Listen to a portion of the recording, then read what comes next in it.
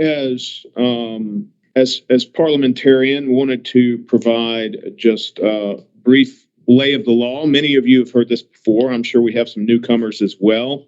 And a reminder to the board that Regulation 43-170 authorizes the State Board of Education to take certain actions related to instructional material. The State Board can take any of the following options. One, it can permit the continued use of subject material consistent with local district standards. Two, it can discontinue use of the subject material for any grade level or age group for which such use is inappropriate or unsuitable. Number three, it can limit the subject material's availability to a student where the school district has received the consent of the student's parent. Number four, it can limit the subject material's availability for a specific grade level and where the district has received parental consent, or it can remove the subject material entirely. The regulation does define what age and developmentally appropriate means. It's topics, messages, materials, and teaching methods suitable to a particular age or age group of children and adolescents based on developing cognitive, emotional, and behavioral capacity typical for the age or age group. Instructional material is not age and developmentally appropriate for any age or age group of children if it includes descriptions or visual depictions of sexual conduct, as that term is defined by South Carolina Code Section 1615-305C1. And as a reminder to everyone participating and or watching, today's meeting is not the final decision on this matter. Instead, the regulation authorizes the State Board to establish a committee to issue a report and recommendation, and then the full board will ultimately decide and have the final say. And that's it for today, Mr. Chair. All right, thank you very much. Now, as we get into our instructional materials, here's the first one we have on our agenda will be Perks of Being a Wallflower by Stephen, is that Chbosky? I don't even know the guy. But, and then we have the complainant, it's Elizabeth. And Elizabeth, if hopefully you're online, would you please pronounce your last name for us? I don't want to mess it up. Can you hear me? There we go. Okay, it's Salai. Salai. Okay, great. Thank you. So you will have, do you have a timer, John? You will have 3 minutes to state your objection to the material presented, and then we will have speakers who will speak either for or against retaining the material. So, okay, go ahead. Okay, thank you. Good afternoon. My name is Ivy Salai, and I'm a resident and parent in Beaufort County. I trust that you have read my submission, so I'd like to start off talking about book banning. Is that what this committee is doing? No. Are you saying certain books can no longer be available in public schools? Yes. Does this mean students will no longer have access to those books? No. They can still be accessed in public libraries and at retail and online bookstores. Now let's talk about curating, what librarians are trained to do. If they choose not to put a book on the shelf, have they banned the book? No. If they choose to dispose of a book because of its age or non-interest, have they banned it? No. If the answers were yes, then every single book not placed in a library would or could be considered banned. So why, if a book is determined to not be educationally suitable, is it labeled banned? If a book was truly banned, it would no longer be available, and anyone possessing it could face penalties. And let's face it, we wouldn't be doing this today if librarians and educators had curated based on age and developmentally appropriate material in the first place. My district conducted book reviews, but these committees were heavily biased, putting all but 5 books back on the shelves. I'd like to point out that a large majority of the reviewers were educators, and they thought this material was okay. So the supporters of these books will tell you that Beaufort doesn't support removing them. But how can they profess this when the committees were so biased? The efforts in Beaufort and around the state helped to lead to the implementation of Regulation 43-170. That brings us here to the first 4 books that I will be submitting. You've been provided with excerpts from each book, and I think you can clearly see that each one violates the regulation when it comes to South Carolina Code 1615-305C1. I'm not here to ban books, but to simply make sure the material that is provided to the children in our public schools is educationally and age appropriate. I thank you for your time and dedication.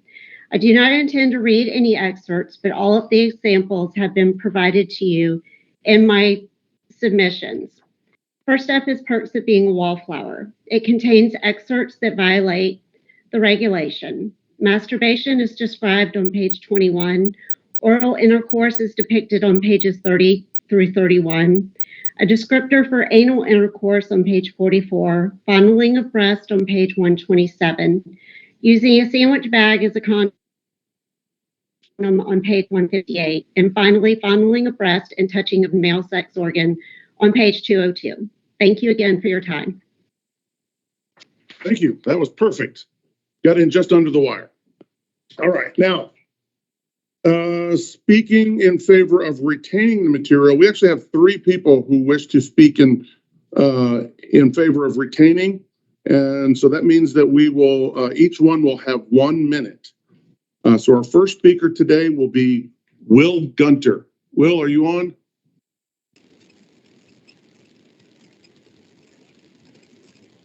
Will? Are you able to unmute yourself? Is Will on? Looks like there's someone up there named William trying to talk.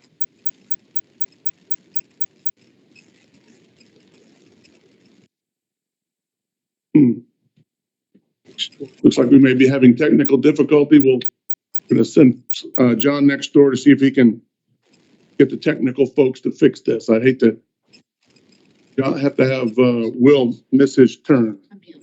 It appears we had a cell phone raise their hands. They've been unmuted, if that's helpful. That's myself, David Cook. I just got in on the call. I had a problem connecting. Okay, right. now we will get to you in a moment, Mr. Cook. Thank you. Sorry about that.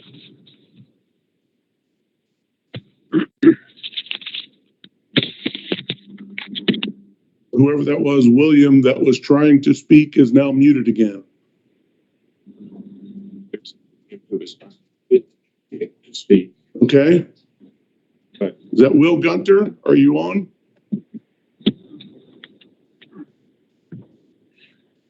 All right. Well, we are not getting Will Gunter. So what we'll do is, how about Rachel Whelan? Hi. Okay, great. Rachel, so since we're down to 2 speakers now, we will allot you 1.5 minutes, please. So Okay. Go ahead. I'm Rachel Whelan. 1 in 9 girls and 1 in 20 boys experience sexual abuse before age 18. So material covering that is not harmful to minors. It is age appropriate and necessary for providing students with hope and courage. Perks of Being a Wallflower discusses other experiences that us students go through. Freshmen feel out of place. Current sophomores couldn't socialize like everyone else due to online learning. In her junior year, my older sister grieved her friend's suicide.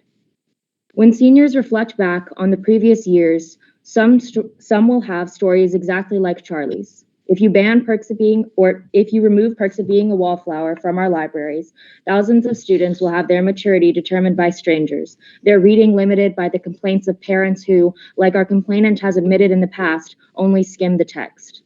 I'd much rather be forewarned about these experiences instead of blindsided. Charlie got a happy ending, and that hope is something that students deserve to read. Thank you. Thank you. And then our next person to speak in favor of retaining is Rebecca Irvin. Okay. Can you hear me? There we go. Go ahead. Yes, please. I'm Rebecca Irvin, and I want to keep Perks of Being a Wallflower inside school libraries because there is over 3,000 teen pregnancies and thousands of cases of domestic violence every single year. And books like these could help kids understand that experience and feel far less alone.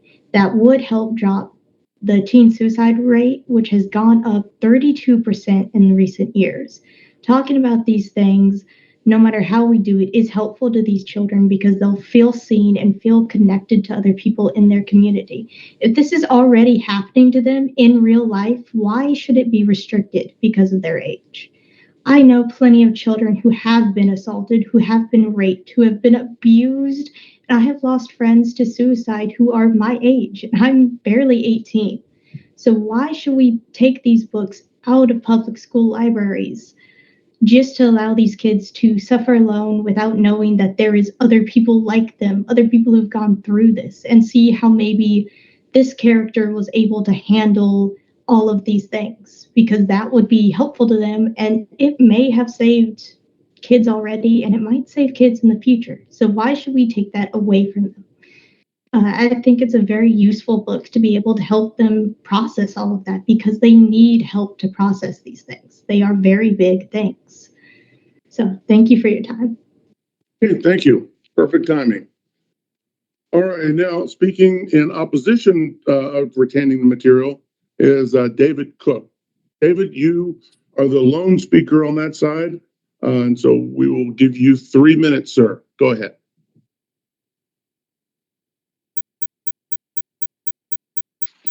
David, are you there? Good afternoon. Sorry about that. So speaking on, speaking on perks of being a wallflower. Sorry, let me start over. My name is David Cook. I'm from Beaufort County. I have both son and daughter in Beaufort County schools. It's horrifying to know that Perks of Being a Wallflower is actually a guide on how to get away with rape and sexual abuse, specifically when a minor boy describes how he forces a minor girl to perform oral sex on him. It's ridiculous. There's no justice dealt out to any of the abusers in these books, specifically this book at this time. And what I don't understand is how people can turn a blind eye to this, claiming that it's good educational value when it's not. The biggest problem that I have is that this book violates South Carolina statute 16-15-345, and this book also violates the federal obscenity statute. Thank you very much. Thank you. Appreciate your time. All right, Mr. Cathcart, does the department have any presentation on this material? One quick thing, Dr. Hanley, Mr. Gunter was able to dial in via phone if we were able to allow him to have a moment to speak. So we have him. He's raised his hand. I will unmute him there. Let's give him 1 minute. Yes. Absolutely.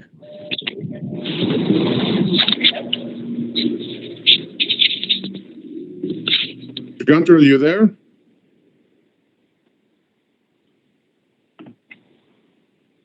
Are you currently able to hear me? Yes. You ready? Yeah. Go ahead, Mr. Gunter. Okay, perfect. Yeah, sorry, I was having trouble with my computer microphone. Okay. The main thing I wanted to state about Perks Being Wallflower, a lot of these arguments are coming straight from the exact same book banning reports like Moms for Liberty. I read the Perks of Being a Wallflower thing on the Moms for Liberty website, and every single one of those appeals is quoted directly from the book. I think that this is part of a campaign that doesn't actually involve going through these books and paying attention and actually reading them, especially for the context. It's focused on out-of-context clips that don't present the full picture of any kind of element that may be inappropriate, especially regarding themes that have content that is harsh or difficult to read, depicting things like sexual assault, sexual violence. Those things are things that happen in the real world, unfortunately, and just denying the existence of those for all age groups, regardless of the context of how it is within a story, if it's presented as a negative thing, if there is some sort of justice is done to the perpetrators, how people in the story cope with that sort of thing. Thank you, Mr. Cook. Your time has expired. Okay. All right. Okay. Thank you. Thank you very much. Appreciate your comments. Okay. Again, Mr. Cathcart, do we have a presentation from the State Department or no? Yes, sir, Dr. Hanley, we do.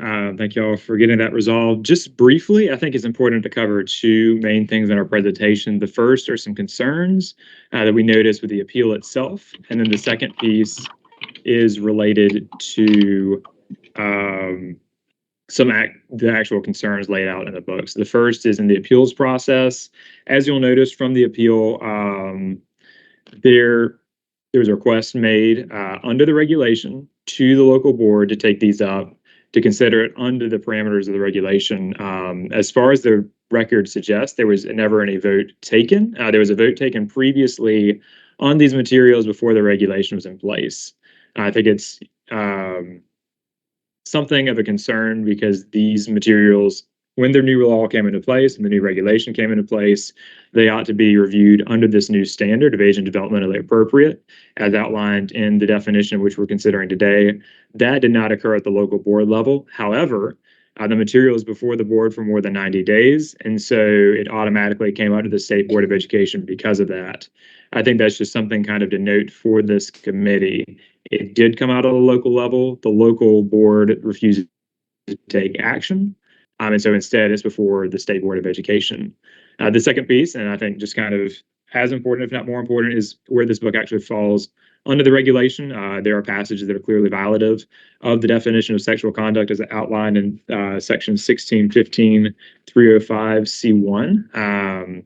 And so I think in this case, this book ought to be removed because it's not age and developmentally appropriate for any student, no matter their age, under the definitions set out in the regulation. If y'all have any questions, I'm more than happy to answer those at this time.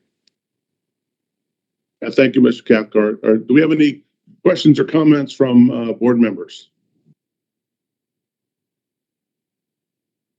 Seeing none, actually, I just have one comment to make, that although it would be more appropriate for Beaufort County to act on these books first, I think that this parent has had her due process violated for long enough, and it's time for us to just go ahead and take these up and take action on these. So if Beaufort County refuses to do that work, we're going to have to do it. So I think that's the only thing we have. And as far as your comments, yes, I tend to agree with you about multiple instances of clearly violating the regulation. From board members, do we have a motion concerning this particular book, The Perks of Being a Wallflower?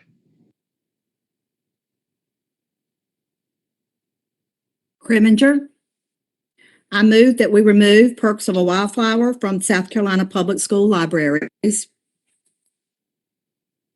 Okay, so from board member Kriminger, we have a motion to remove this material from all South Carolina school libraries. Do we have a second? Collier, second. Oh, yeah, we'll go with Collier on that one. All right, any other comments or questions? No, okay. And so all those in favor of the motion as stated, raise your hand, please. And actually we'll, and then how about Shore? Yes, I agree. You agree? And Collier? Okay, Yes. Good. Thank you. All right, so it's unanimous. All right, thank you very much. Now, our second material that we will take up today is All Boys Aren't Blue by George Johnson. Blue, over here. And for that one, we again, we have Mrs. Say it again, say your last name again. Salai. Salai, yes. All right. It's a lot easier than it looks. Yeah, I'm sure. And it's, yeah. Well, we'll have 4 opportunities at it today. So we'll, maybe I'll get it right by the end. So again, you'll have 3 minutes to make your presentation about why you are challenging this material, and we'll let you go. Thank you. I'll make this one a lot shorter. All Boys Aren't Blue violates Regulation 43170 and South Carolina Code 1615-301C1, starting on page 201 and 202, where it refers to touching a cousin's penis, then both of them touching each other's penises. 206 depicts oral sex. Page 207 portrays masturbation and ejaculation. Page 266 refers to oral sex. Page 270 depicts anal sex. Page 271 depicts anal sex as well. And I hope that you consider removing this books from the shelves of the South Carolina Public Schools. Thank you. All right, that was a lot quicker. Okay. All right, now, speaking in favor of retaining the material, I see we have Mr. Mark Baer up there. Mr. Baer, we only have two people who are wishing to speak in favor of retaining, so you will have 1.5 minutes, sir. Go ahead and unmute yourself, please. Perfect. Thank you. It was my understanding that I would be speaking on the book Flamer this morning or this afternoon. I will move him over if it's wrong. We will move you. Okay, my fault. Thank you. All right, yeah, we'll move that. Okay. We have Laura.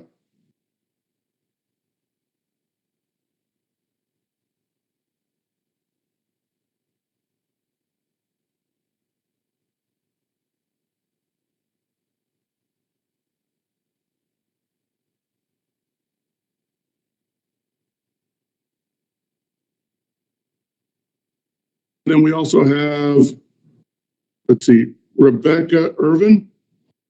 I know that name is up there. Yeah. There we go. Rebecca, we'll give you 1.5 minutes, please. All right. So another reason I think All Boys Aren't Blue shouldn't be banned is because, again, children at this age, this is for high school children, usually upper high school children, so 17, 18, maybe even 19 years old. They already know what sex is. They already know what this is, and things like this have already happened to them. Many of them have already had experiences like this or had friends with experiences like this. And this book revolves a lot around being a queer Black person, something that isn't really represented in media a lot, but needs to be. A lot of people of color don't see people like them in media, and queer people especially don't see that. So being able to see that all at once is really good for them. Once again, it builds a sense of community for them and allows them to not feel so singled out in a world that is already so heavily against them. Being able to see characters that represent you in a story is extremely important for children, and especially for their development, to know that they are not the only person like this, that there is others out there. And that needs to be available for them to see and learn from, especially if characters like these are having to navigate this weird in-between area of childhood to adulthood like it is in this story. So I think it would be a very good thing to keep on board. Thank you for your time. Thank you, Rebecca. And it looks like Laura Eggers has enlisted technical assistance. And so hopefully we can get her now. If we could get you to unmute yourself.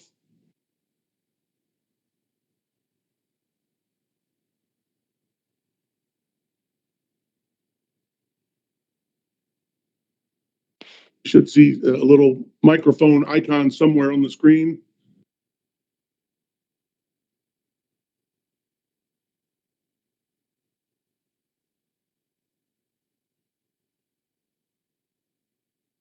Mr. Cathcart, are our folks able to unmute her? Yes, sir. Dr. Hanley, there's a Michael Eggers. There's no Laura Eggers on here specifically. There may be someone who has called in on a phone number. And apparently that's her, though. She's shaking her head yes. Oh, I'm going to go with that's likely her, yes. So if we are able to unmute her, that would be awesome. Yes, sir. I don't see her on here. Michael, Okay. There we go. There we go. Perfect. Okay. And we'll Sorry give you about 1.5 minutes also. I'm glad we got over that challenge. Okay. So do I have 3 minutes or 1.5? 1.5 minutes. Okay. You're the second person to speak on this same material. Okay. My name is Laura Eggers. I'm from Beaufort County. And I had originally prepared 3 minutes, but I'm cutting it very, We get you to face the microphone because when you look away, we're having a really difficult time hearing you. can you hear me better now? That's perfect. Okay. My name's Laura Eggers.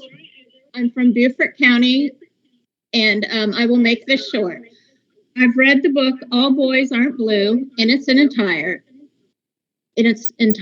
and I just want to say that's a highly awarded book and much needed for many of our students that have experienced racism, violence, and sexual abuse. I'd like to remind everyone this book is not required reading. It's not forced on anyone, and every parent has the right to exclude their child from checking this book out or any book in our school libraries. But if you ban this book from the libraries, you're taking away the right of the majority of parents that may perhaps be okay with their child reading this. We have highly educated and highly skilled librarians that are very conscientious in what they pick for the students, and they know their students and what their needs are. I would ask the board that instead of listening to the people that want to ban books for their own beliefs, that you listen instead to the highly educated, highly skilled librarians that we have and not ban this book and other books like it. Thank you. Thank you for your comments.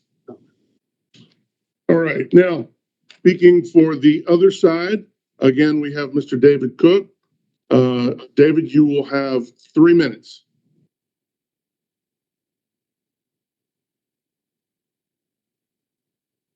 Are you able to get yourself unmuted?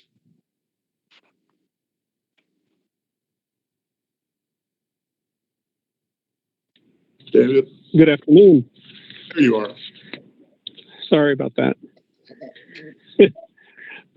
Thank you all for giving me a chance to speak. This is David Cook from Beaufort County. We're talking about All Boys Aren't Blue right now, correct? That's correct. Thank you. While it's an interesting book, it's not a personal choice of mine to read, as stories of human interest are always riveting. But that does not change the fact that this book is not appropriate for minors. It violates South Carolina Code 16-15-305, and it also violates federal obscenity statute. Under the premise that written and artistic depictions of sexual behavior are in violation of both federal and state law. This book lacks many things. Most importantly, under the regulation, it is not age appropriate, nor is it suitable for education in South Carolina public schools. Please remember to include this book, as well as The Perks of Being a Wallflower, on the state disapproved book list under South Carolina statute. Thank you. Thank you. That was quick. All right. Now, Mr. Cathcart, do we have a presentation from the state? Good afternoon, Dr. Hanley. A brief presentation. I did want to just kind of clarify when I was talking about the appeal piece earlier, my comments were in no way to deny the complainant her due process rights, but rather just to kind of clarify how we got here and how this material arrived at the state board's discretion. Once again, the local board did not take up this material under their own authority. They failed to do so within 90 days, which is why it's once again before the state board. And that's the case for all four, the first four materials on the list. So I think it's important to state, as everyone has agreed, this book is indeed available to students in K through 12 educational institutions and public schools in South Carolina, which means it falls under this committee's jurisdiction. I think it's important, too, to remember why this regulation was passed. There wasn't a clear, transparent, uniform process by which materials could be evaluated to see whether or not they were age and developmentally appropriate. At that time, the board, in its wisdom, created Regulation 43-170, went through passage, went through the General Assembly, and has the force and effect of law in South Carolina. I think it's important, as this committee continues to consider these materials, to remember what the committee has set up, what the board set up in its regulation to follow, which is if materials contain descriptions or visual depictions of sexual conduct as outlined in defined in section 16-15-305C1, that material is age and developmentally appropriate for students in South Carolina public schools. That's first grade to 12th grade, from kindergarten to 12th grade. I also think it's important to kind of just briefly review what this committee has defined descriptions as. That is anything that has explanatory detail that would allow one to visually conjure up in their mind kind of an image of what is going on. I believe these passages in this particular material certainly cross that line. We've talked about that line a lot. These certainly go beyond that line, providing descriptions of sexual conduct as outlined in section 16-15-305 C1. So if you have any questions, I'm more than happy to answer those at this time. But our recommendation at this point is that this book be removed from all public schools as it is not age and developmentally appropriate for minors. All right, thank you, Mr. Cathcart. Any questions or comments from board members? Okay, hearing none. Do I have a motion concerning the book All Boys Aren't Blue? Mr. Chair, Collier, I make a motion that the book All Boys Aren't Blue be removed from all South Carolina public schools. Yeah, we have a motion from Dr. Collier that the book All Boys Aren't Blue be removed from all South Carolina public schools. Do we have a second? Sure, second. Sure, second. Any further discussion? No, hearing none. Okay, all of those in favor of the motion as stated, we'll start with raise your hand for those I can see. Okay, we've got 3, and for sure?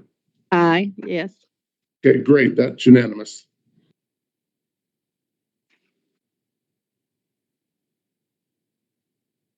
And that one at a time.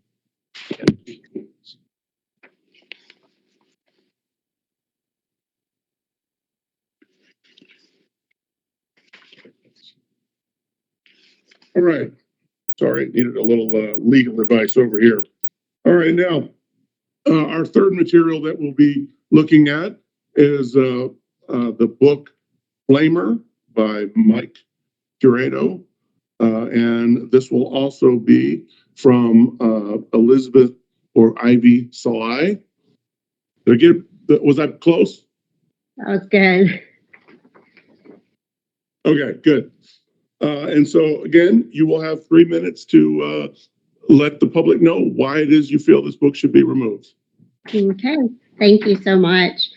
Flamer is a comic book that violates Regulation 43170 via South Carolina Code 16-15-305 with written word and pictures. Page 14 depicts a character asking the main character about oral sex. Page 22 makes reference to oral sex, depicts a character with a hot dog on a stick held in between their legs.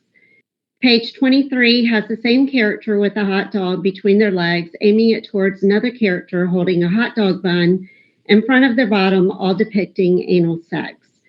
Pages 74 and 76 show the main character worried about the size of their genitalia and being nervous about looking at other characters in the shower. Page 80 is a drawing of the main character bending down to retrieve the soap that he has dropped right in front of a naked character with their face right at their genital level. Page 81 is the same scene in the shower with the main character worried because they are getting erect with their face in front of that other character. Page 131 has a picture of a character with their pants around their ankles and the main character realizing they understand what it means taking care of business or insinuating masturbation. On the same page, there's a picture of a Mountain Dew bottle and a character saying everyone has to bust a load into it, and if not, they have to drink it. Page 133 depicts masturbation. Again, I hope that you consider removing this book from the shelves of public schools in South Carolina. Thank you. Okay, thank you for your comments. All right, now, speaking in favor of retaining book, we have Mr. Mark Baer. Sorry about that, sir. I got us out of order last time, so that was my fault. Not even the person who made the list. That was all on me. So you will have 1.5 minutes. You are sharing your time with another person. So go, sir.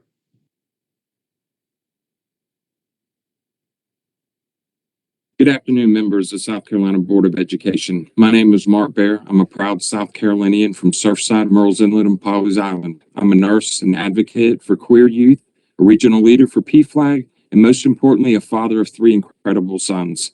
Today, I'm here to speak in defense of Flamer. This book is not just a story, it's a lifeline for countless young people navigating their identities in a world that doesn't always understand them. As a father, I know how critical it is for children to feel seen and valued. Flamer addresses the pain of being different, the fear of rejection, and the journey towards self-acceptance. While some may see the themes of bullying, self-doubt, sexual orientation as controversial, these are real experiences many young people face, as in most of the depictions that were described to you from the predecessor. This book doesn't provoke, it provides hope, validation, and a sense of belonging that can profoundly impact a young reader's mental health and well-being. In my work with queer youth, I've seen how representation can change lives. It can mean the difference between despair and hope, between life and death. Denying access to this book would silence voices that need to be heard and deny students the tools to navigate the realities. Education should foster understanding, not erase experiences that make us uncomfortable. Let's trust our educators and librarians to guide readers responsibly and allow students to learn empathy and courage through stories like Flamer. Thank you for your time. Thank you. Perfect. Like you had that worked out. I practiced. Excellent. Well, you did a good job. Okay. And now, Rebecca Irvin. So, Rebecca, are you getting public speaking credit for this? No, I'm actually doing this as a favor for my friend who's in school right now, so he couldn't do it. So I'm here speaking for him. Well, that's awesome. I'm glad. I always love seeing young people getting out and getting engaged in all levels of government. So great. So you will have also 1.5 minutes.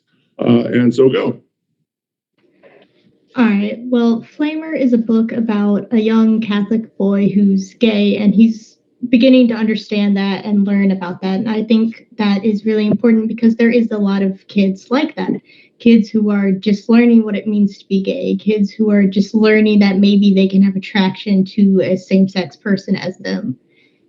And in times like these where a lot of that is hated on and a lot of these children are told that is so morally wrong, that they will always burn in hell, that they will be terrible people for this fate, I think it's important for them to see that it's not that bad. Being like this isn't going to be the end of the world. You can still be a good person and be loved and love other people when you're gay. That isn't something that is going to ruin everything in your life. And I think that would help a lot with things like bullying, because bullying stems from children not understanding others. They see something new, it scares them, so they try to make it go away. They bully and bully and bully until that person no longer can do that thing freely. And so they feel not in any sort of danger or threatened by some unknown thing. So teaching them about these things and letting them see it around and in characters similar to them would help keep them from bullying other kids like this, because they can see how this is an okay thing. Okay. That's all. Perfect timing. Good job. And all of our speakers seem to have it down today. All right. And Mr. Cook, are you unmuted yet?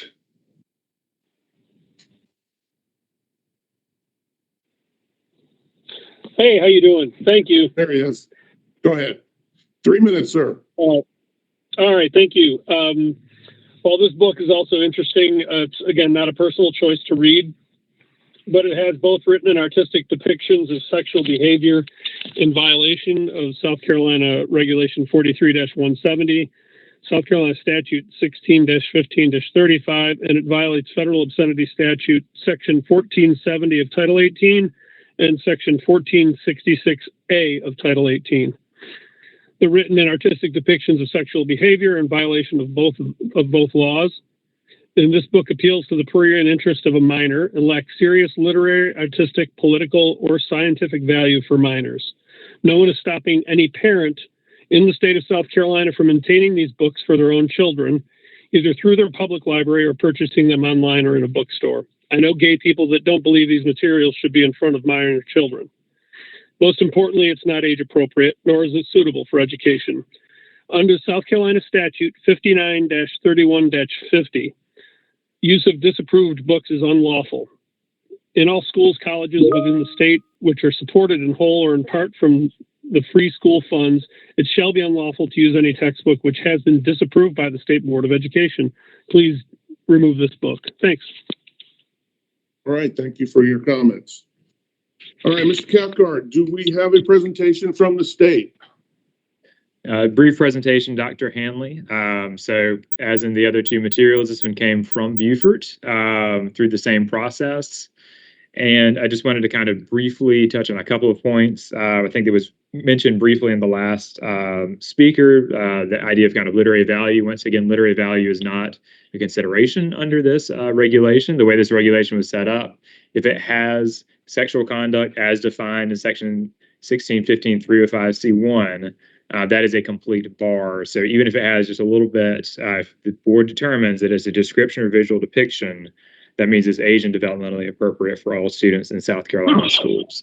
So just wanted to clarify that for the board. I believe this, through our own examination, this material does contain descriptions and visual depictions of sexual conduct as outlined in SC code, and therefore is age and developmentally inappropriate, I apologize, age and developmentally inappropriate for students in South Carolina schools. If you have any questions, I'm more than happy to answer those at this time. Okay, thank you. Any questions or comments from board members? Okay, hearing none. Do we have a motion concerning the book Flamer?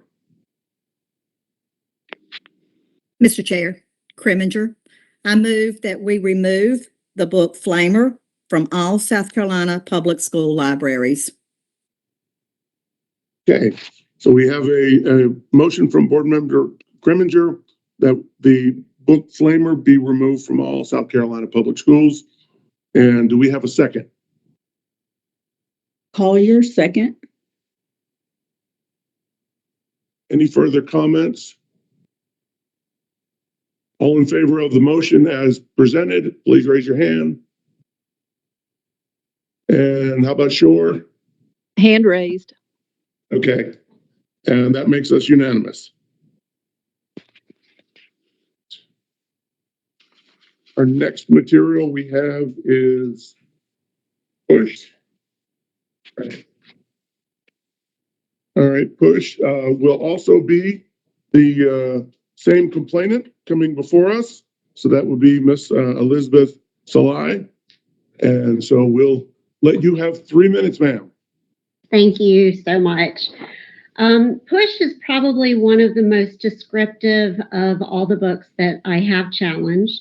I'm told that it is used as an example of why we so badly needed Regulation 43-170. I have shocked quite a few crowds with excerpts from this book. While I can sympathize with the circumstances of the character, which is not based on a memoir, but from student accounts as told to their teacher, I cannot help but think this book could be extremely triggering to students who may have experienced similar situations. Page 12 and 13 describe vaginal sex and excretion as told by a 12-year-old, and she also reveals that her father is the father of her baby. Page 18 talks about oral and vaginal sex. Page 21 describes masturbation between a mother and her minor child. Page 24 describes the father having vaginal sex with his daughter, her having an orgasm and his excrement from orgasm. Page 39, the main character is 7 and the father is having oral sex and vaginal sex with her. Page 57 refers to ejaculate. Page 58, vaginal sex. Page 59 depicts forced oral sex. Page 111 depicts the father having vaginal sex with his daughter. Page 129, oral sex, fondling, and vaginal intercourse. Page 130, oral sex and rape. Page 133, genitals on face and masturbation. Page 135 and 136, father sucking his daughter's breast and trying to fondle his granddaughter's vagina. I'll stop there because I think that is more than enough to show that this book should be removed from the shelves of schools in South Carolina. I do, again, thank you for your time and consideration. And I would like to say something that I did not have prepared. And I really do appreciate those people that are speaking in favor of keeping these books on the shelves. My hope is I want to see every person, race, color, sexual persuasion represented in books. All of our children deserve that. But I hope that our highly educated librarians and educators will now see to possibly looking for books that provide that without the sexual content. And I believe that that's out there. It just may take some time and some effort to find those books, but I do hope that that's something that they will undertake so that everybody can be represented and feel like that they that they can go to a book and maybe get through a situation and just not have that sexual activity in those books. And once again, thank you so much for your consideration. I appreciate it. Thank you for your comments. All right. And now speaking in favor of retaining, we have Taylor Simon. Is Taylor here? Yes. Okay, Can y'all Taylor. hear me? Can All you right, hear me good. okay? Yes, yes. So Taylor, you are one of two to be advocating for keeping the book, and so that means you will have 1.5 minutes. Thank you all for listening to our concerns regarding these books here today. I am definitely not feeling too optimistic about this one, but I do want to share what's on my heart. I'm here to speak in favor of retaining Push by Sapphire on shelves in South Carolina high schools. Push is a powerful narrative that sheds light on systemic issues like abuse, poverty, illiteracy, and cycles of trauma. It's a raw depiction of these subjects, seeks to provoke awareness and empathy rather than titillation or exploit. Precious was blamed all her life for the abuse she faced. The blame the fictional character of Precious faces in the book is mirrored in this review today. We reduce the story to one of sexualization, but we must not see what happened to Precious as the same thing as consensual sex or depictions intended to arouse a reader. The explicit details in Push are not gratuitous, but necessary to convey the depth of the protagonist's experiences. Sanitizing these realities diminishes the impact of the story and dilutes its message. This distinction is really important to remember. Depictions of abuse are not intended to arouse. Precious evolves from the victim of abuse to someone who reclaims her voice and identity. As someone who has worked with sexual abuse survivors for 8 years, as well as a survivor myself, I know how this transformation inspires hope and resilience in survivors who have faced similar challenges. I first read this book in high school, the same age as Precious. Her life was so different from the sheltered life I was fortunate to have, but it's profoundly deepened my empathy for classmates I've looked down on for being poor or pregnant. When I later experienced my own assault in college, it was this book that helped me work through my feelings of blaming myself. Like Crank, this is a cautionary tale, not for kids who are experiencing— Simon, your time has expired. We let you go several seconds beyond, but thank you very much for your comments. All right, and big surprise, Rebecca's back. All right, Rebecca, you will also have 1.5 minutes. Go ahead. All right. I think this book should be kept in schools because if you take it out of schools, you're shielding children, yes. But by shielding them, you're putting them in a small box. You're keeping them from everything in the world.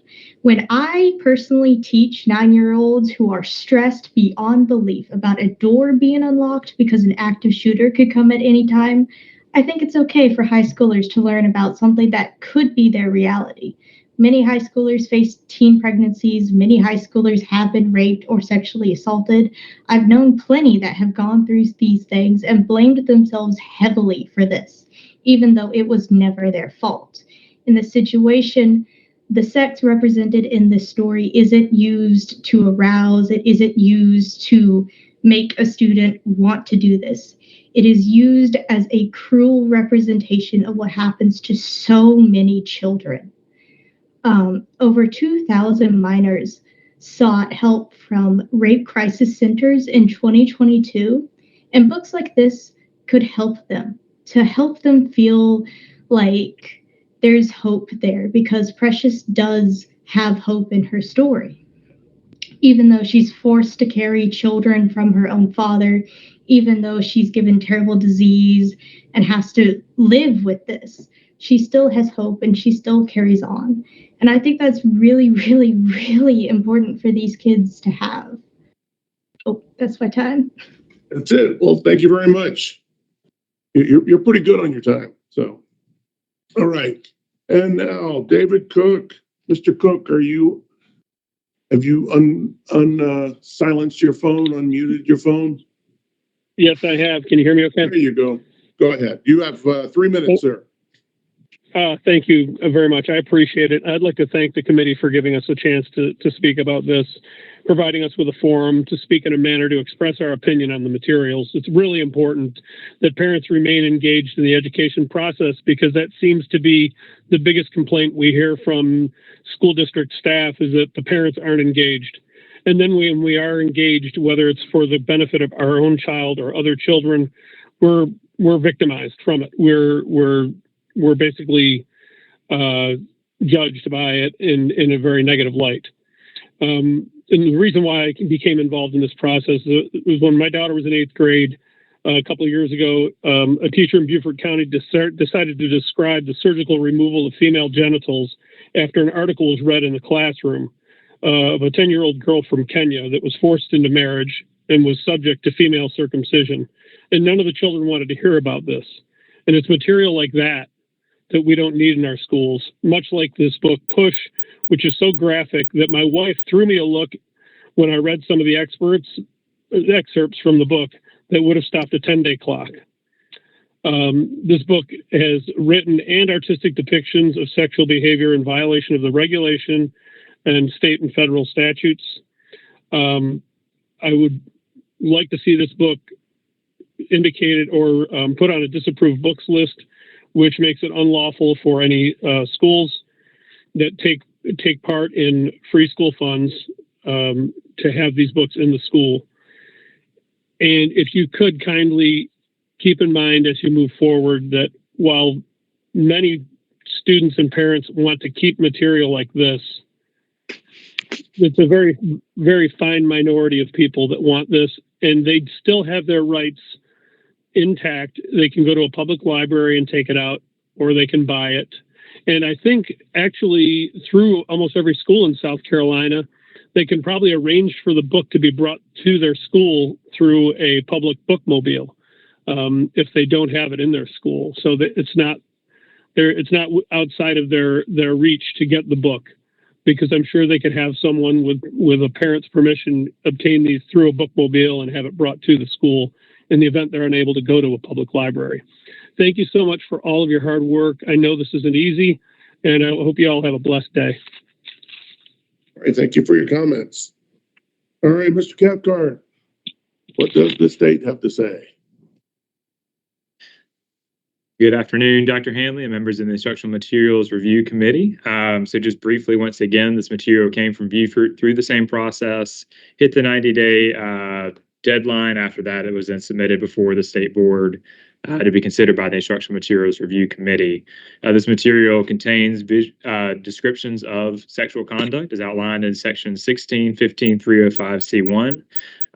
In fact, it contains a lot of descriptions. However, even one would be enough for it to be age and developmentally inappropriate in South Carolina schools. I did just want to clarify one thing. When this book is removed, that means it is not made available to students, whether that's through K through 12 public funds or any other way on campus. So that would be book clubs. If anyone brought the material itself, even with their own money, it's pretty clear that if this was put in a school classroom or any other way made available using state funds, that would be a violation of the regulations. Just want to kind of clarify that. Any other avenues, if the child wanted to read it on their own, at their own house, with their family's own money, or wanted to go to the library, that's obviously all possible, but it is not to be made available to students at their local public school. So just wanted to clarify and nuance that really quickly. If y'all have any questions, more than happy to answer those at this time. Thank you. Any questions or comments for Mr. Cathcart? Okay. Do I have a motion for any action on the book push at this time? Sure. I'd like to motion to remove a novel, Push, from all public schools in South Carolina, as I feel it violates South Carolina Code of Law, Section 1615-305C1. We have a motion from Board Member Shore to remove this material from all South Carolina public schools. Do I have a second? Mathis, second. Mathis, okay. Any further discussion? All right. All of those in favor of the motion as is presented, signify by raising your hand. Okay, I've got 3, and for sure? Hand raised. Okay, great, thank you. All right. And now it looks like Ms. Salai is finally off the hook. Now the next material we have is Bronx Masquerade by Nikki Grimes. And this is coming from Miss Emily Clement. Ms. Clement came to us a few months ago, and we felt like we needed more information about the materials that she was challenging. And so we gave her the opportunity to provide further quotes from the books. So do we have her online now? Emily Clement, Dr. are Hanley, you there? Dr. Hanley, Ms. Clement had reached out and said unless there were any questions the committee had, she was fine not testifying at this time. So I don't believe she's on the call either. So she's not online. Okay. So all of the board members have had the opportunity to read her complaint with all of the materials that she included from the books. Now, speaking in favor of retaining the material, we have Annie Mahaffey. Is Annie online? Yes, I'm here. Earlier. Okay, great. I'm here. So you are one of 2 people speaking on behalf of this book, so you will have 1.5 minutes. Go ahead, please. Thank you. Bronx Masquerade is a beautiful novel full of tenacity, honesty, and innocence. In reading the submitted appeal, I found it interesting that besides the fact that the highlighted passages obviously do not violate regulations, in each situation being highlighted, someone is actually standing up for what is right, whether it's on behalf of themselves or a classmate. In the entire book, there's nothing remotely sexually graphic. It's just a story about high schoolers who learn to love and accept one another in spite of and often because of their differences. While studying the Harlem Renaissance and reading Black writers and poets, the students, primarily Black and brown, are inspired to start writing their own poetry. They organize a space for any student who wants to share poetry, art, rap, and music. The book is a collection of their journal-like thoughts and poetry. Throughout the novel, I caught glimpses inside the hearts and heads of these students and came away with a resounding theme. They all want to be loved and seen for who they are. Each student struggles with something different. These characters are real and relatable. They reflect the diversity and complexity found in any public high school classroom. And most importantly, they give an example for how to embrace that diversity instead of erasing it. In the last chapter, one student says, "I just want to say I'm really glad I got to do this poetry thing because I feel like even though the people in our class are all different colors and some of you speak a different language and everything, I feel like we connected. I feel like I know you now. I feel like we're not as different as I thought." Don't you think that is a message we should want our high schoolers to be reading? I encourage you to keep this book in South Carolina public schools. Nailed the time. Perfect. Okay. And Rebecca, are you still with us? Yep. All right, great. So again, you have 1.5 minutes.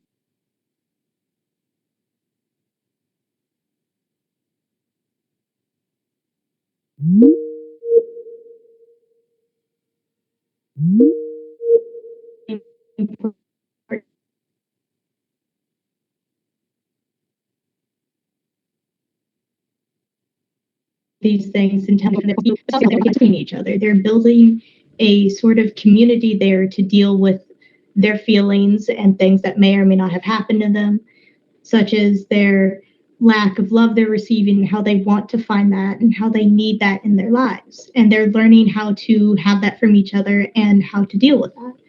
Writing poetry is a very good way for these children to deal with it, and it would be a good model for students to see so that they know, oh, if I'm dealing with these really, really big feelings, instead of doing something drastic like going out and causing mayhem, they are like, well, maybe I should talk about this. Maybe I should write something about it, or I can go to my group of friends and I can tell them all about it and they'll support me with this because that's what I've seen them do in the books. I've seen them be kind to each other. I've seen them talk about it and support each other, even though these things can be hard to deal with, especially at that age.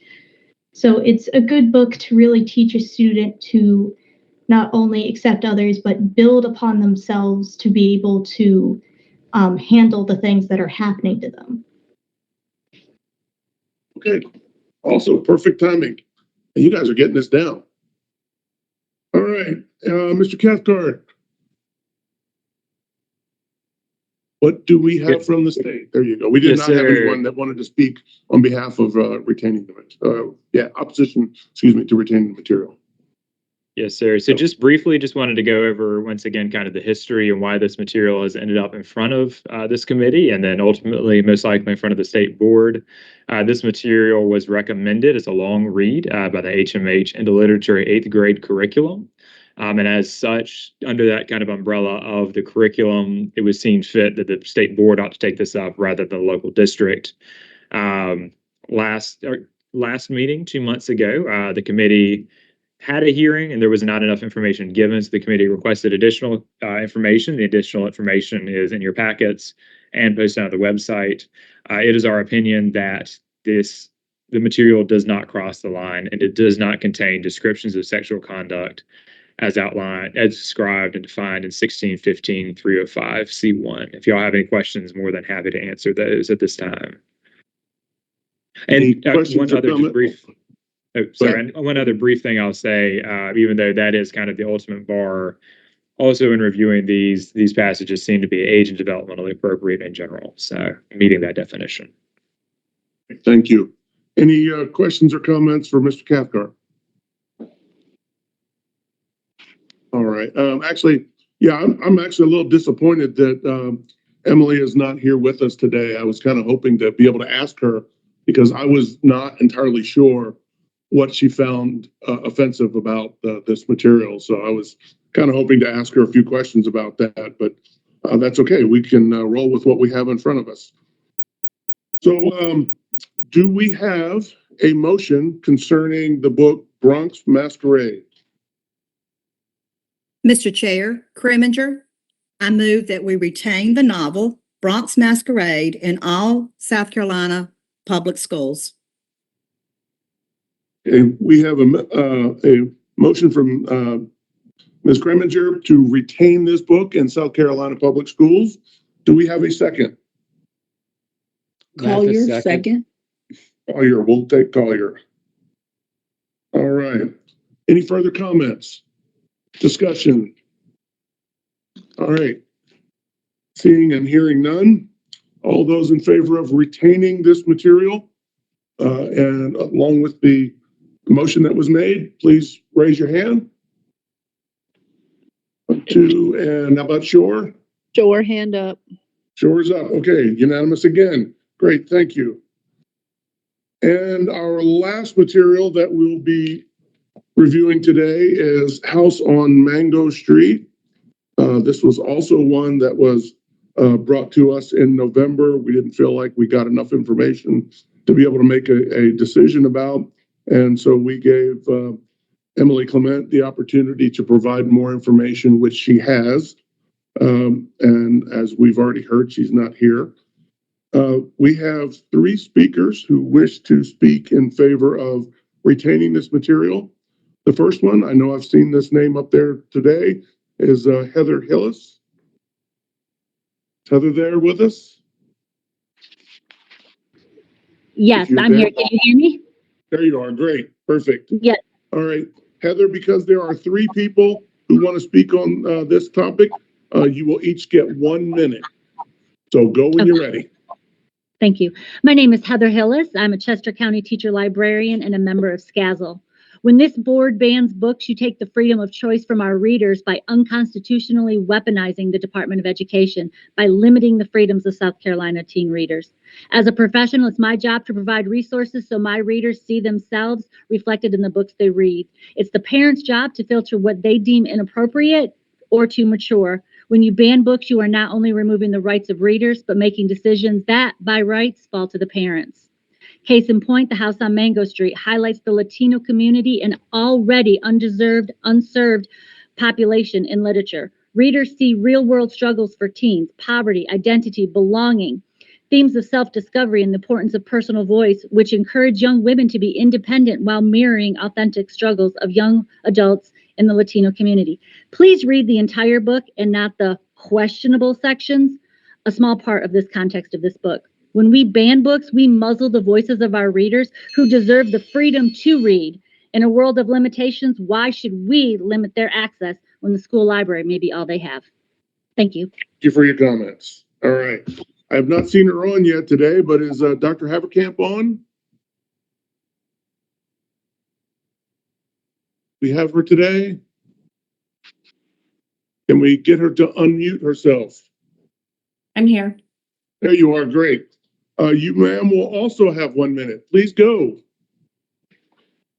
The big challenge to House on Mango Street brought by Ms. Clemens said her son was made uncomfortable by this book.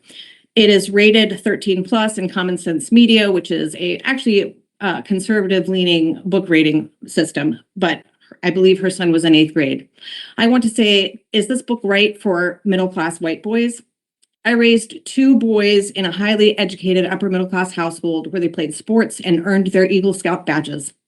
I was delighted every time they were assigned or chose an emotionally challenging read. I want my privileged white boys to be uncomfortable. I want them to see how damaging poverty, lack of language skills, rampant sexism, and sexual violence impact Esperanza in Cisneros' book. I want them to see the impact on a youth's dream deferred. I want them to see that generational trauma and pain impacts people across cultures. I want them to see how warped it is that our society values a white boy's comfort and a white boy's future more than a girl's safety and bodily autonomy. Most Dr. importantly, Haverkamp, I want them to see the impact Dr. of Haverkamp, injustice. Your time has expired. We let you go a little over, but thank you for your comments and congratulations on raising 2 Eagle Scouts. That's pretty awesome. So good for you. All right. And Rebecca, for your last appearance of the day. All right. Rebecca, you also have 1 minute. All right. So this book is really, I've seen a theme today with the books that are up for ban. A lot of them are about people of color. They're about queer people. They're about people who've experienced a lot of struggles and a lot of trials. And I think that's extremely unfair. As the 2 people before me have mentioned, people need to be uncomfortable. People need to see different views. They need to see, oh, I'm not the gold standard here. There's other people who are struggling and going through it right now. There's plenty of sexism. There's plenty of sexual violence that's happening around me. And I need to be aware of that because these are real struggles that the people I know, the people I love could be going through, and I would have no idea. This needs to be something talked about so that they can begin to understand that and help the people around them who need it, because these children do need it. They need to see other people and know that they are not the only type of person to exist. Thank you. Well, you are perfect at managing your time. That's pretty awesome. Okay. Now, from the department, Mr. Cathcart. Yes, sir. Good afternoon, Dr. Hanley, members of the Instructional Materials Review Committee. This one, like the last material, was brought up because it was recommended as a long read under the HMH 8th grade English literature curriculum. That's why the board ended up taking it up.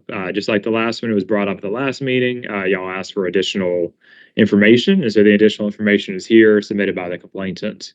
It is our view that this does not these materials do not contain descriptions of sexual conduct as outlined in 1615-305C1.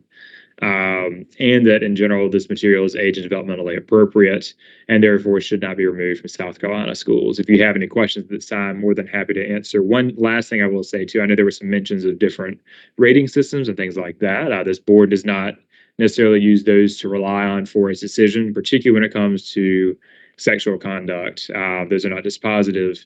However, in our review of this material, it is age and developmental appropriate and does not contain those descriptions of sexual conduct. So, Okay, any questions or comments from Mr. Cathcart? All right, Mr. hearing Chair. none. Oh, yes, ma'am. I would just like to add, sometimes they don't think that we actually read their emails or actually read the materials that are sent to us. But as a former English teacher, I actually did teach The House on Mango Street at the long read to my English classes. Excellent. Yeah, and I will piggyback on that. I promise you, every single email, which I've received dozens of them in the last week, every single email I read. And although there were several that came from some sort of a service this time, and so it was impossible to reply to them.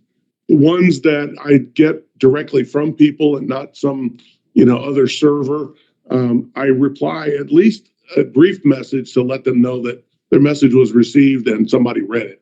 So yeah, I can promise you every single one of them has been read, and to the extent we can, we take them into account. So yes, thank you for that comment. Any other questions or comments? Okay, hearing none. Do we have a motion concerning the house on Mango Street? Mr. Chair, sure. I'd like to make a motion to retain House on Mango Street in public school libraries, as I do not feel it violates South Carolina Code of Laws, Section 1615-305C1. Okay, we have a motion from Board Member Shore to retain House on Mango Street in all South Carolina public schools. Do we have a second? Mathis, second. Mathis for second. Any further discussion? Hearing none. All in favor of the motion as stated, please raise your hand. Okay, that's 3. And for sure? Hand up. Okay, that's also unanimous. Great, thank you. All right. That will be the last material that we'll be reviewing today. Now, since we were unanimous on all 6 of the materials that we reviewed today, is there any objection to placing all 6 of these on the consent agenda for our next full board meeting? Okay, I see a lot of head shaking no. So, all right, we're good. Is there any other business that we need to attend to today? No. Anything else I need to handle before? Okay, great. My parliamentarian says I'm still okay. And do I have a motion for adjournment? Creminger, motion to adjourn. Creminger, motion to adjourn. And do I have a second? Collier, second. Collier, second. All right. Any further discussion? No. All right, great. And all in favor, hands up, please. Sure. Hand up. Excellent. Thank you. All right. And we are adjourned. We'll see you next time. Thank you all for your work.